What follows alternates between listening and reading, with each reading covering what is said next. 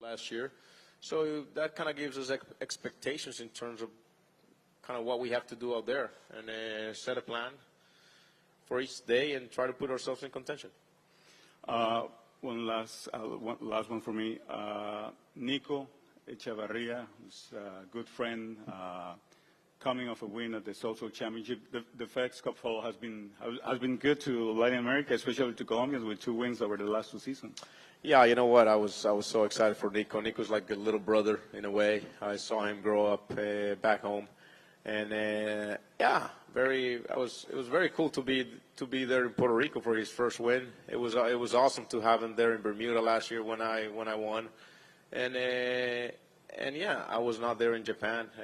I did go to bed. I was tired, but I woke up in the middle of the night to see if he had won, and I was very happy and excited for that. I think Nico it was very interesting. I stayed with him the week before in Vegas, and he got the bad wave. Vegas this year had a very tricky wave where one side was so much harder than the other. He missed the cut. I remember talking to my brother, and I said, "Hey, I see Nico doing good things, man. I think something's good coming for him here at the end of the year." I saw him focus. I saw him working the right things. I saw him with the structure. I saw him more confident, and I was probably not expecting a win, but he goes to Japan, ends up winning the golf tournament, and yeah, it's keeps helping the game grow in South America, Latin America. Keeps, like I said, inspiring others, and I think that's all we can do out here. We can inspire those young generations to dream. But it's up to them to put up the hours. I mean, inspiration just plants a seed, and then from there on, it's each individual that has to kind of put the time, work, and put that passion with a little bit, almost with a little obsession. Because at the end of the day, if you want to play against the best in the world, you almost have to be a little obsessed with what you do. And we just try to inspire, and then the young generations to follow with the work. Any other questions in English?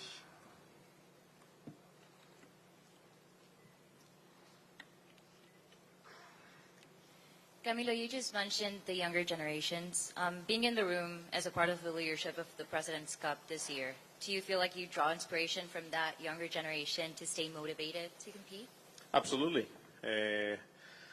I hope I'm inspiring them in some way or the other as being an assistant captain. I think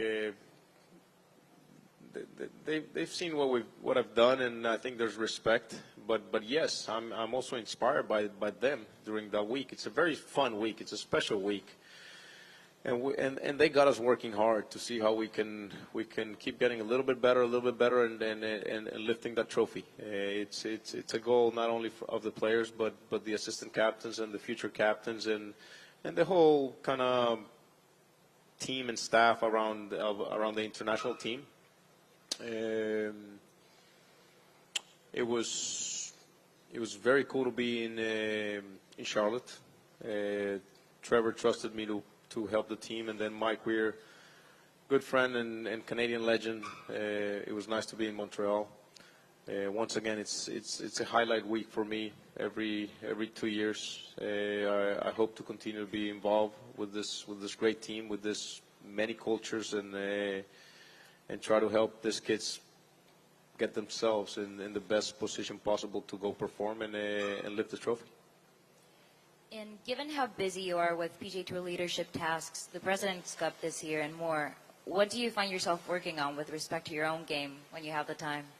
Everything. You know what? The game of golf, there's no time to stop. We got long seasons. We got a lot of goals, and we have some tough competition. I'm not getting any younger either, so I'm an active guy. I enjoy the process. I enjoy waking up early. I enjoy giving my best, both in the gym and the golf course and the range and the kind of the new roles I have in life. From me as Miracles Foundation to being the PAC chairman to future board member here the next few years. So it is busy being a dad. Can't leave that one out. It is busy, but it's fun. It's challenging, and I think my life has kind of been the engine keeps moving by the challenge. And in a crazy world, in a hectic world where so many things are happening and so many challenges are coming up, I'm up for it.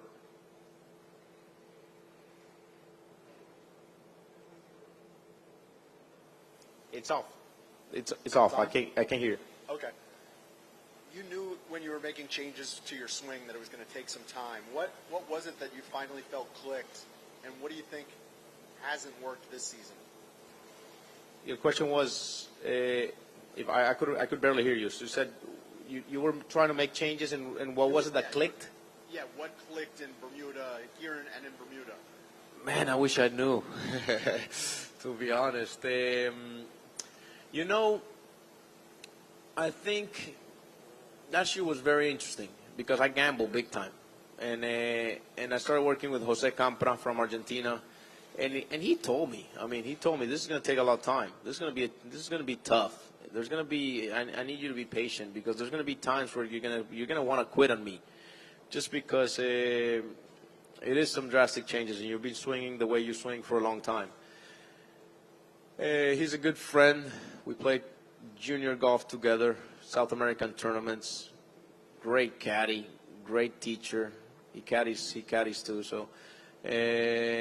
And I believed in him. I trusted him, and I was very patient. Throughout the year, we were doing a lot of things that kind of maybe didn't make too much sense to me. And then eventually they started clicking and clicking and clicking. And I started understanding his system to the point where more than me asking questions, I was just kind of giving him explanations of why things were moving a certain way. And every time I gave him an explanation, he agreed that was what was happening. So the tough part was to be mentally calm. And there was, I remember last year here, I just played 2 practice rounds at Tesoro where second stage of Q School was going to take place, and I was supposed to go there.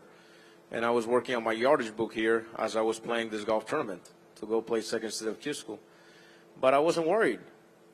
I had my back against the wall, and I don't know why I wasn't worried. So I guess it was a little bit of that understanding what he was trying to give me that gave me that clarity, and boom, it clicked. I played great here. I freaking threw away my Tesoro yardage book for second stage of Q School. And I thought I was going to go to finals after that, and then I go and win, and no Q School, so here we are. And are you still playing with that sort of calm this season, even though you've... I can't hear you, bro. Is that the mic is off? Have you any better? No? Closer? Closer. There you go. Have you stayed calm this season as you've had some struggles? It's been frustrating at times. I have to be honest. I'm not very proud of the fact that yes, I have been somewhat calm, and when I try to analyze the situation, it's because I'm exempt for next year. There's no other explanation in my mind, and that has been my weakness in a way.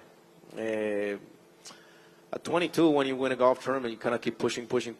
At 42, I felt like I won last year, and I felt like I bought time to keep working on my game, and it's kind of bite me in the ass a bit, where I just kind of need to be a little bit stronger and keep going. So again, I want to close out the year in a good tone for 2025, because 2025 will be an important year for me, and I want to come out here, challenge myself, perform, and play some good golf.